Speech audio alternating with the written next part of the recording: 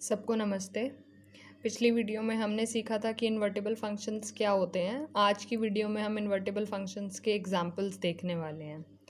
उससे पहले हम फंक्शंस से रिलेटेड कुछ इंपॉर्टेंट रिजल्ट्स देखेंगे और जो हमारा लास्ट वाला रिजल्ट है वही हमें मदद करेगा इन्वर्टिबल फंक्शंस के एग्जांपल्स ढूंढने में। तो हम स्टार्ट करते हैं। फर्स्ट रिजल्ट हमारा है, suppose A is a finite set and f from A to A is a function. If f is 1 1 then f is onto, if f is onto then f is 1 1। Okay, तो क्या कह रहा है ये result कि ए कोई finite set है, और ये चीज़ बहुत इंपॉर्टेंट है इस रिजल्ट के लिए कि ए जो है वो फाइनाइट सेट होना चाहिए। एफ फ्रॉम ए टू ए एक फंक्शन है। अगर एफ 1 1 है तो एफ ऑन टू हो जाएगा, अगर एफ ऑन टू है तो एफ 1 1 भी हो जाएगा। तो ये रिज़ल्ट कहना क्या चाह रहा है कि अगर एफ 1 1 या ऑन टू में से कुछ भी होता है तो दूसरी चीज़ अपने आप, दूसरी प्रॉपर्टी अपने आप आ जाएगी एफ में। और एफ क्या है, कंडीशन हमने क्या ली है, एफ ए टू ए एक फंक्शन है जहाँ पे ए कोई फाइनाइट सेट है।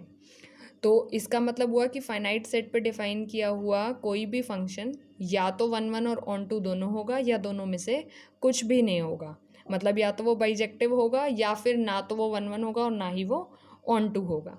ओके, नेक्स्ट रिजल्ट हमारा क्या कहता है, suppose f from A to B and g from B to C are 1 1 and onto functions. मतलब एफ भी 1 1 ऑन टू दोनों है, जी भी 1 1 ऑन टू दोनों है। तो जी एफ ओ जी जो है हमारा, मतलब कंपोजिशन फंक्शन जो है वो भी 1 1 और ऑन टू दोनों हो जाएगा। तो ये क्या कह रहा है रिजल्ट कि composition of two bijective functions is bijective. मतलब अगर दो फंक्शंस हैं मेरे पास, दोनों बाइजेक्टिव हैं, तो उनका कंपोजिशन भी बाइजेक्टिव हो जाएगा। और यही चीज़ 1 1 और ऑन टू के लिए अलग अलग भी ट्रू होती है। मतलब दो 1 1 फंक्शंस का जो कंपोजिशन है वो 1 1 होता है और दो ऑन टू फंक्शंस का जो कंपोजिशन है वो ऑन टू होता है।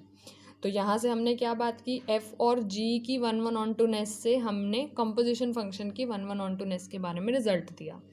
जो हमारा नेक्स्ट रिजल्ट है वो कंपोजिशन फंक्शन की 1 1 ऑन टू नेस से एफ और जी के बारे में बताएगा हमें। ओके, तो suppose f from A to B, g from B to C functions हैं। अगर f o g composition function जो है 1 1 होता है तो एफ 1 1 हो जाएगा, और अगर कंपोजिशन फंक्शन ऑन टू होता है तो जी ऑन टू हो जाएगा।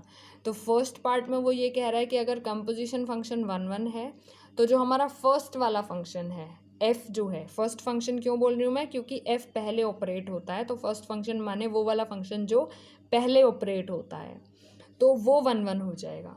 और अगर कंपोजिशन फंक्शन ऑन टू होता है तो जो मेरा बाद में ऑपरेट होने वाला फंक्शन है, जो दूसरा फंक्शन है जी जो है, वो ऑन टू हो जाएगा।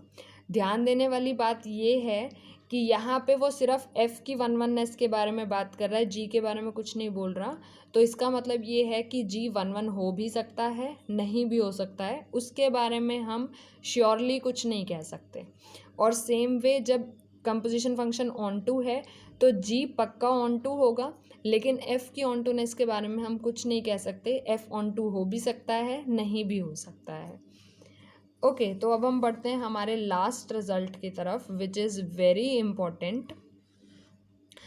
अ function f from A to B is invertible if and only if f is bijective. अब इस रिजल्ट में एक वर्ड आया इफ़ एंड ओनली इफ़। इसका मतलब क्या होता है, जैसा कि हम सिंपली अगर इसे हिंदी में देखें, इफ़ एंड ओनली इफ़ मतलब तभी और केवल तभी। तो यहाँ पे इसका क्या मतलब बनेगा, a function f from A to B is invertible if and only if f is bijective. मतलब एफ केवल तभी, तभी और केवल तभी इन्वर्टेबल होगा जब एफ बाइजेक्टिव है। मतलब एफ इन्वर्टेबल होगा जब एफ बाइजेक्टिव है, और केवल तभी इन्वर्टेबल होगा जब एफ बाइजेक्टिव है।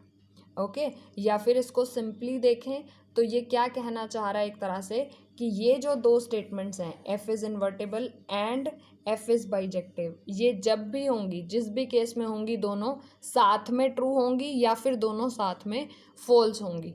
ऐसा नहीं हो सकता कि कोई फंक्शन एफ इन्वर्टेबल तो है लेकिन वो बाइजेक्टिव नहीं है, या फिर वो बाइजेक्टिव तो है और वो इन्वर्टेबल नहीं है।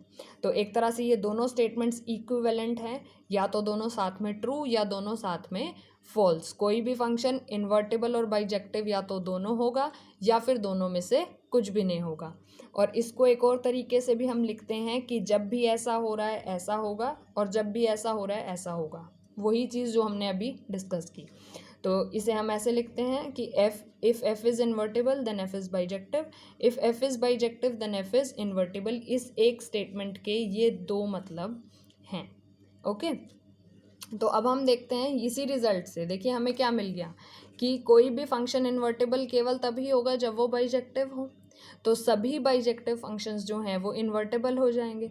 और बाइजेक्टिव फंक्शन क्या होते हैं और उनके एग्जांपल्स हम पीछे वीडियो में देख चुके हैं। जो भी वीडियोस इससे रिलेटेड हैं या हम जो पहले पढ़ चुके हैं फंक्शन के बारे में, उन सभी के लिंक्स आपको डिस्क्रिप्शन में मिल जाएंगे। आपने नहीं देखे हैं तो आप वहाँ पे देख सकते हैं। ओके, तो अब हम देखते हैं कुछ एग्जाम्पल्स। जैसे फर्स्ट एग्जाम्पल हम ले रहे हैं, F from R to R defined by F of X is equal to A X plus B. A और बी रियल नंबर्स हैं, ए नॉन ज़ीरो है, तो ये लीनियर पॉलिनोमियल फंक्शन हो गया।